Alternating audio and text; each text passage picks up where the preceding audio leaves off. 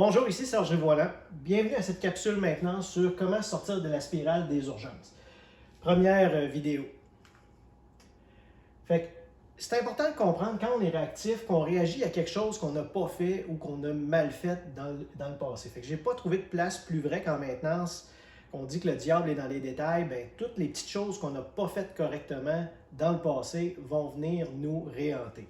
Il y a un dicton qui dit: si tu ne t'occupes pas de tes affaires vont s'occuper de toi. Si je vais prendre l'exemple classique d'une voiture, si je ne fais pas maintenance sur ma voiture, ben, il y a des chances qu'elle tombe en panne au mauvais moment, quand je vais en avoir besoin pour un rendez-vous important.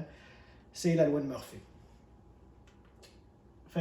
C'est important de comprendre qu'un travail planifié est 3 fois plus efficace qu'un travail non planifié. Puis je dis 3 fois, ça peut être beaucoup plus que 3 fois. Pour vous convaincre, je vais utiliser 2 exemples. Un premier exemple avec un remplacement d'une courroie de convoyeur en urgence. On a laissé la courroie d'un convoyeur se détériorer et finalement, la courroie déchire. Évidemment, elle déchire pas quand le convoyeur est vide, mais quand le convoyeur est plein.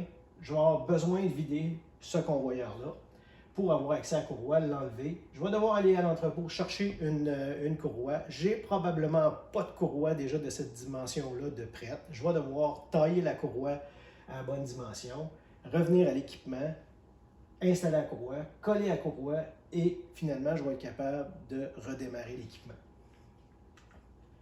À l'inverse, si le travail était planifié, j'avais fait une inspection ou une maintenance préventive et on a vu que la courroie est en train de se détériorer. Donc, on a planifié un arrêt avec la production et on va attendre entre le produit A et B, vider le convoyeur. On va avoir notre courroie qui est prête. Le convoyeur est déjà vide. Donc, on fait notre changement de courroie, on colle notre courroie et on est capable de redémarrer.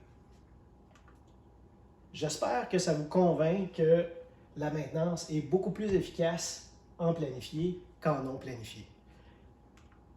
Prochaine vidéo, on va parler de maintenance préventive. Alors, on se voit dans la prochaine capsule.